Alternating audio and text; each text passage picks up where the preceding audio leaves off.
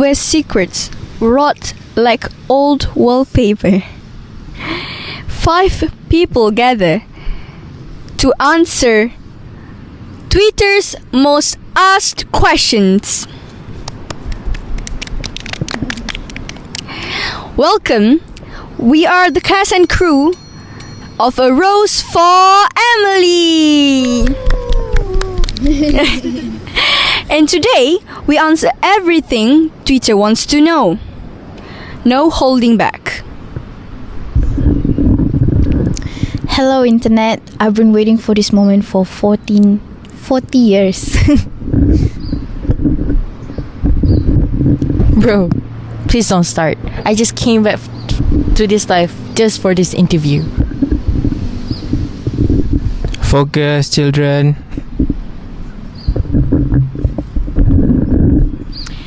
Anyway, I'm the townspeople. And by the way, let's just get started before Twitter asks something crazy like, did Emily pay her taxes? Okay, so question 1. What exactly is the plot? I'm confused. Okay, let's break it down naturally. Freitag triangle, but simple. Yeah, so basically Emily lives in a creepy old house, and the town, which is me, us, kind of obsessed with her. So yeah, that's it. Well, not my fault, I'm iconic, bro. Like, Alright, so let's move on to the rising action. I come to the towns, we hung out, towns started gossiping. She bought arsenic, which should have been the red flag for me. it was kind of a romantic gesture for me. Yeah, a romantic gesture, she says. But after that, Homer disappears, like fully gone, vanish, poof.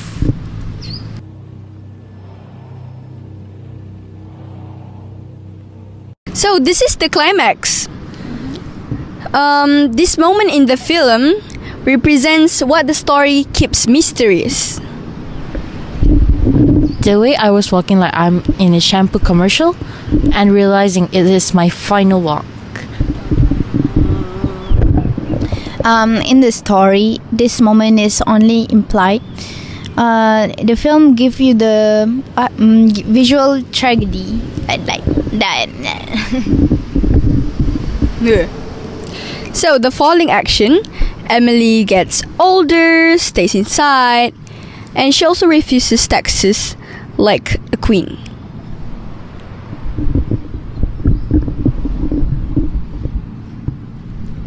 And then for the resolutions, they found my daughter has been sleeping with a skeleton. Me. It is me.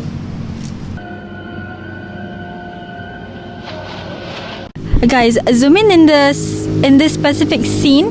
Look at the bed there. It matches the story perfectly. Where in the text, in the short story, if I'm not mistaken, it's stated the man himself lay on the bed, and there's a gray hair on the pillow. Here, yeah. Exactly. It matches, right? Yeah.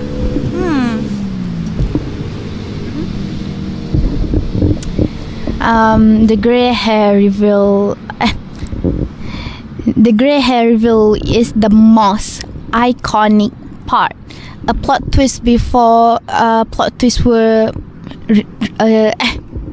A plot twist before plot twists were trendy. And that's my bed scene. My only bed scene. My last bed scene. My skeletons. Thanks, babe. Let's move on, guys, to the next question. What's the meaning of the red poison scene? The line from the short story is iconic. I want the best you have. Yeah. So actually in the film, we made this moment intense with a close-up on her eyes, creepy music and the druggish trembling. So yeah. Spoiler, the best poison is actually for me.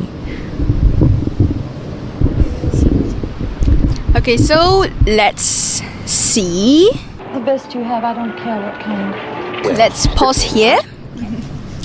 Okay, so okay guys, look at Emily's face here when she says, "I want the best you have."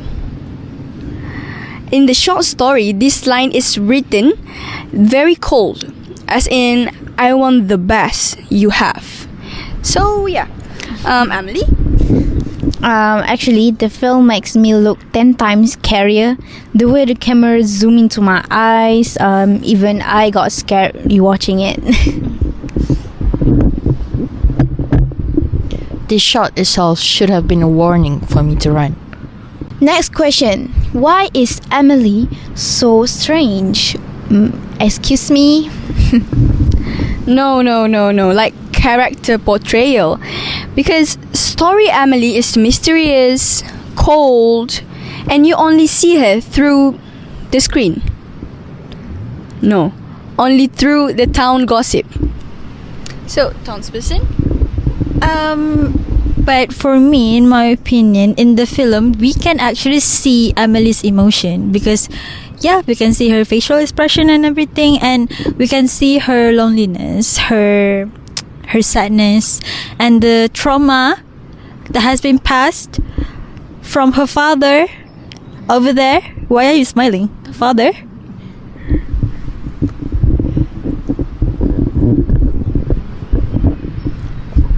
So I raised her with discipline, okay? Maybe too much, but I raised her with discipline, right? Yeah, you traumatize her into keeping dead bodies. Sure. Next question, guys. Were Emily and Homer actually a couple? Meh. In the story, it was unclear. The town kept guessing, but in the film, they made it look more like an actual relationship. Yeah. In the film, they gave us slow walks, many scenes together, and then me having more lines. They actually made us look like an actual couples. Yeah, that's a major adaptation change. And the film leans into romance, while the story itself leans into mystery. So yeah, mysterious vibe. Okay, guys. Next question. What are the themes? Yeah. Guys, rather, for me, it's quite easy. First is isolation, because as you can see, Emily is alone because of her trauma and also because of the society. And next is resistant to change, because girl, she literally did not pay her taxes. Her mailbox and everything, zero. And next is death and control, because she literally keeps people from leaving, right, Homer? I call it commitment. I call it kidnapping beyond the grave. But atmosphere-wise, story uses descriptive writing, while the film uses visuals, dark rooms, shadows, and slow musics. Insert slow music.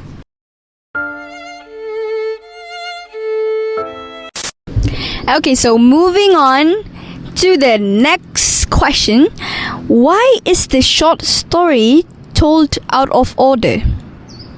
Well, it's non-linear because of the town gossip. Because it's told like town gossip. It's not in order because memories will be jumping out of everywhere. But rather in the film, everything is actually quite straightforward. You start from the middle, start from the start, and then the middle, and then work towards the end. So it is way easier to follow and understand the storyline. Yeah. Yeah.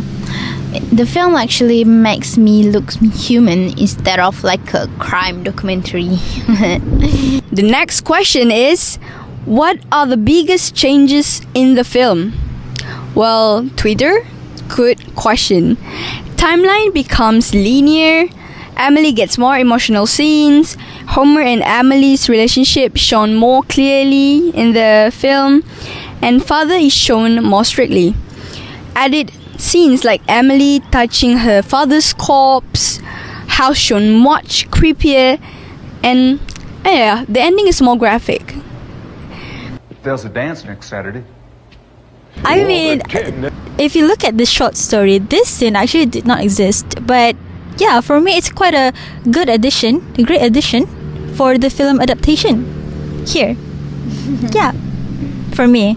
So the film shows me literally pushing men away. But in the story, it only says her father had driven me away from all the young men. And yeah, this is also a major adaptation change. This is because the film visualizes the father's control instead of just describing it, so the viewer can see it more clearly. Okay, let's move on to the last question. Oh my god. What's your personal opinion? I like the film Emily. She gets close up and actually looks sad, not just a very scary legend. And for me, the film actually gives me more personality and especially more screen time right before I die. Yeah. I prefer the short story because the short story make me looks more respectable than the short film. Okay. Respectable father's behavior. My turn. For me, I think both versions actually work together.